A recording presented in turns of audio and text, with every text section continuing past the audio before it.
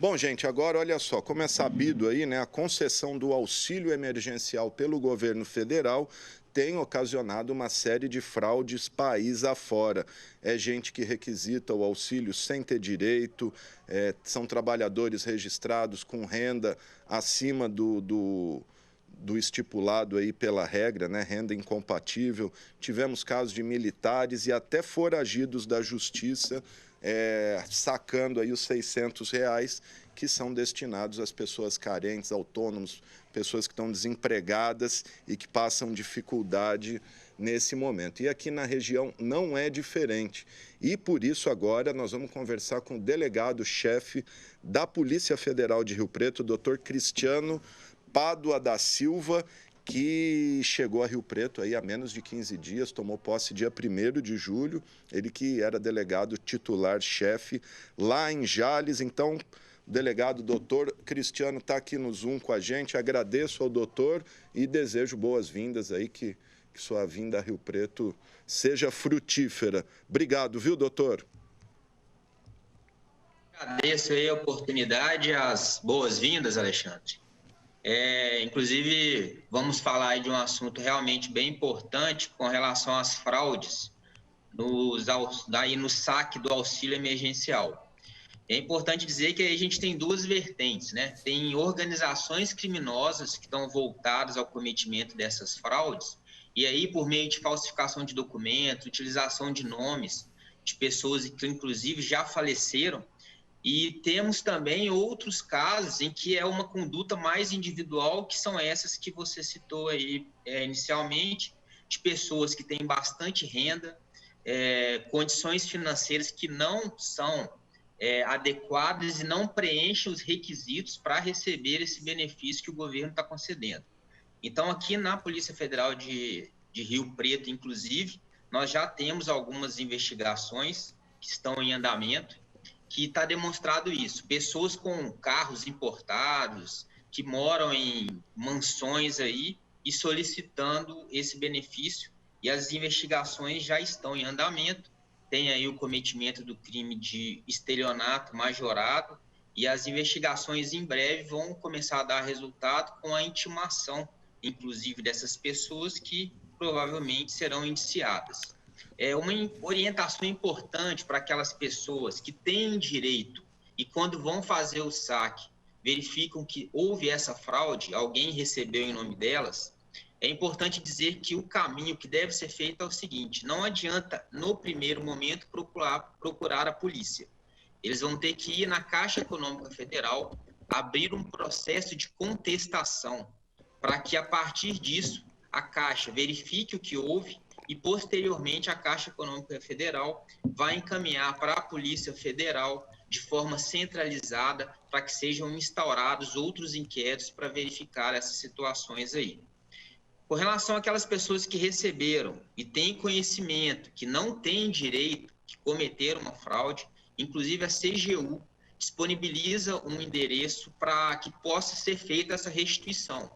E aí sim é interessante, porque antes mesmo que a Polícia Federal esteja agindo, essas pessoas restituam os valores recebidos indevidamente.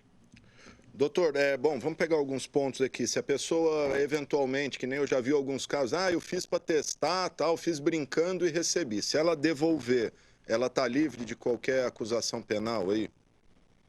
Assim, a princípio, sim, se ela restituir, está tendo essa oportunidade aí de fazer e não vai ter trazido prejuízo, mas que devolva agora. Depois que for intimada, não vai ser possível considerar que teve esse arrependimento. Cada caso vai ser averiguado, mas essas pessoas que estão alegando isso, que façam a devolução de imediato. Doutor, tem uma ideia o número de casos de fraudes em Rio Preto? E eu não sei se o senhor está Rio Preto, toda a região, o senhor está falando só de Rio Preto? Na verdade, teve um levantamento inicial da CGU que já estava em torno de 620 mil no Brasil inteiro. Eu não sei te falar ainda a estimativa de quantos casos em Rio Preto, mas nós estamos recebendo aí da Polícia Federal, dos órgãos centrais, algumas informações, e há informação sim que em Rio Preto foram identificados diversos casos aí de recebimento irregular. Muitos casos, doutor, dá para estimar um número de pessoas e um número de valores aí, os valores, os prejuízos? Não, Ainda não. Ainda não tem como fazer essa estimativa. Qual é o crime que a pessoa que frauda o auxílio emergencial está incorrendo, doutor? É estelionato majorado, que é o estelionato cometido contra a entidade pública, né? Que no caso é o Ministério aí da Cidadania. O senhor falou que tem quadrilhas que agem aí organizadamente. Como que seria esse? Eles usam nome de laranjas, nome de pessoas que incautas, vamos dizer assim? Como que é o esquema, doutor? Exatamente. Algumas quadrilhas estão falsificando documentos e outras estão utilizando os dados mesmo de outras pessoas que têm direito. Então, eles têm acesso ao banco de dados. Por exemplo, eu poderia ter direito a isso, eles teriam acesso aos meus dados e eles estão fazendo o cadastro como se fossem eu. Quando eu vou até a Caixa Econômica receber e eu realmente tenho direito, eles já vão ter feito o saque antecipadamente. Tá certo. Tem um prazo, doutor, para sair aí o resultado disso, os indiciamentos, os nomes dessas pessoas que estão fraudando o auxílio?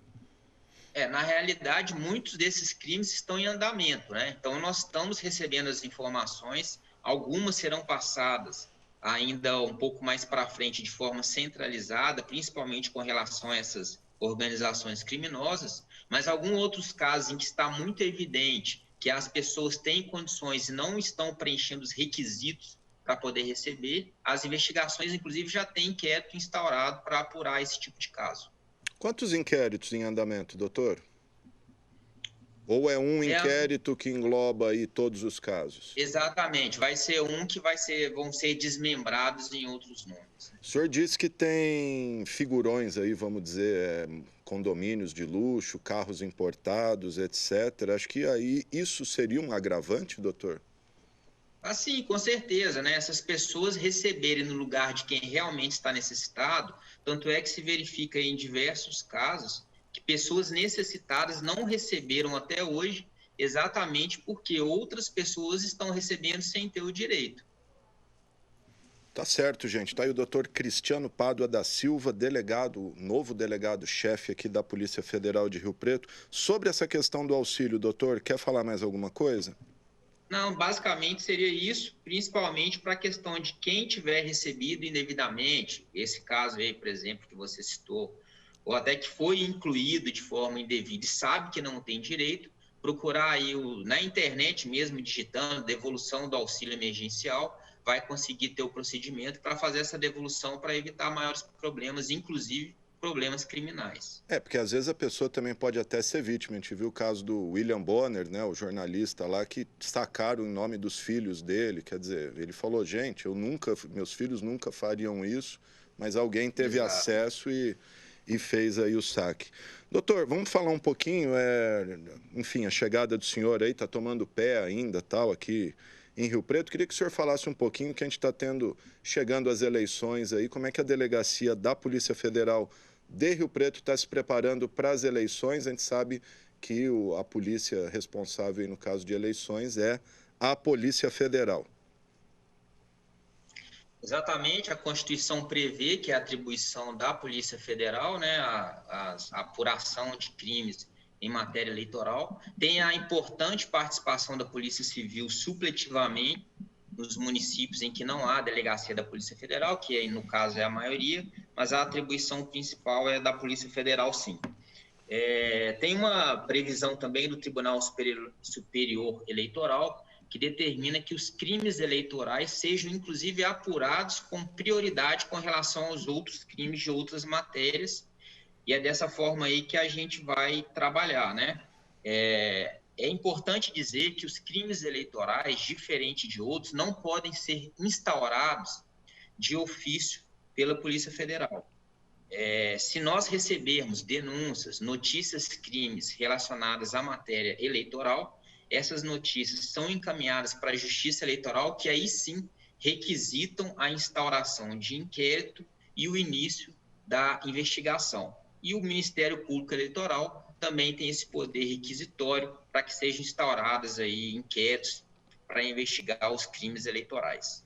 Maravilha. Doutor, para a gente finalizar, eu sei que o senhor está atribulado aí, aumento de apreensão de drogas. Esse ano explodiu a apreensão de drogas na região aqui, na nossa chamada Rota Caipira.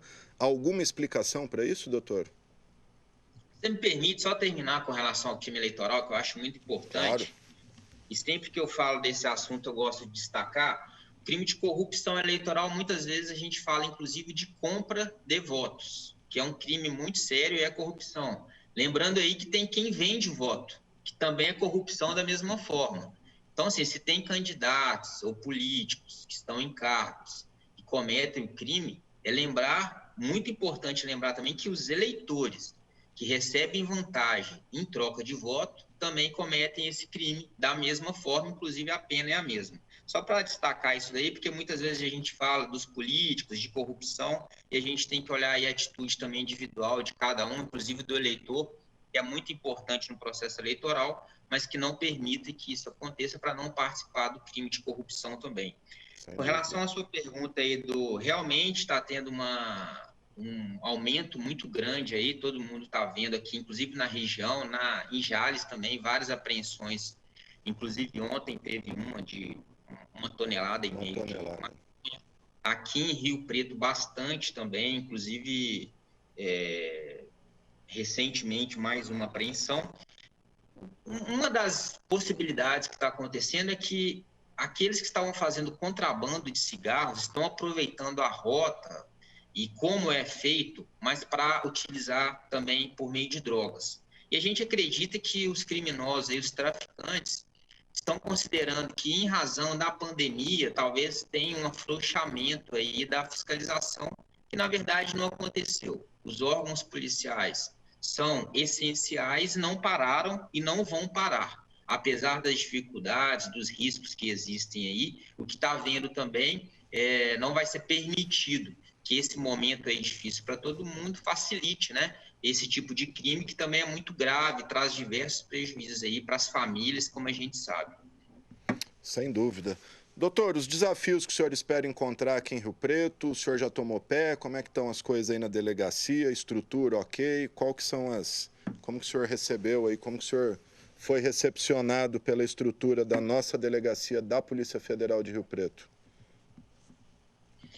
Então, eu já estava em Jales há um tempo considerável, mais de 12 anos, como chefe 7 anos mais ou menos, e aí recebi o convite para ser chefe aqui na delegacia de Rio Preto, uma honra muito grande, uma cidade que eu gosto bastante, eu sou mineiro de BH, mas já estou bem acostumado aqui. Já é caipira agora, né, doutor? Então, a vinda aqui para Rio Preto recebi muito bem, fui muito bem recebido, uma honra para mim. Com certeza, as dimensões são bem maiores do que a gente tem lá em Jales, seja pela quantidade de municípios da circunscrição, aqui são 70 municípios, a população muito maior, a delegacia também com efetivo maior, mas estou bem animado, um desafio muito bom, espero poder fazer um trabalho bom aqui, a equipe é muito boa e com certeza a gente vai poder aí contribuir para a sociedade, combater o crime, que é o principal, aí, que é o objetivo da Polícia Federal, destacando o combate ao crime organizado e principalmente em crimes como corrupção, lavagem de dinheiro, desvio de recursos públicos e até mesmo aí o tráfico de drogas, né? Todas as atribuições, claro, todos os crimes apurados, conforme a Polícia Federal tem atribuição para fazer, mas dando destaque para esses aí, que causam tanto prejuízo para a sociedade. Maravilha, tá aí o doutor Cristiano Pádua da Silva, para quem não lembra ou não sabe, o doutor teve à frente daquela, junto com o Ministério Público Federal, da máfia do asfalto, né, que desbaratou uma quadrilha que atuava aí em todo o estado de São Paulo e inclusive em outros estados, né, doutor? Uma das maiores operações aí que nossa região já viu. Verdade, a gente teve essa operação aí em conjunto com o Ministério Público Estadual e o Ministério Público Federal, foi uma grande operação. Depois dessa, lá em Jales, nós fizemos bastante também, algumas outras de repercussão importantes aí, com combate principalmente ao desvio de recurso público. Todas as operações a gente tem um aprendizado bom, tenta aprimorar, né? E essa, inclusive, trouxe bastante experiência e foi um resultado bom também, que a gente conseguiu aí com o trabalho sempre, né? O trabalho em equipe, Às vezes eu até estou à frente como presidente do inquérito, coordenando a investigação, mas é um trabalho sempre de equipe que envolve muitos policiais aí que se dedicam e estão empenhados aí para fazer um bom trabalho. Maravilha, doutor Cristiano, muito obrigado pela sua entrevista, pelas suas informações. Vamos acompanhando aí a questão do auxílio emergencial e a TV Câmara, a Câmara Municipal está sempre à disposição, o que o senhor precisar, é só avisar a gente. Obrigado, viu, doutor? Bem-vindo mais uma vez. Obrigado. Tá aí, gente, doutor Cristiano Pádua da Silva falando aqui em primeira mão sobre esse inquérito aí que investiga as fraudes no auxílio emergencial do governo federal, pessoal aí, os espertalhões e os corruptos que coloquem as barbas de molho. É isso aí.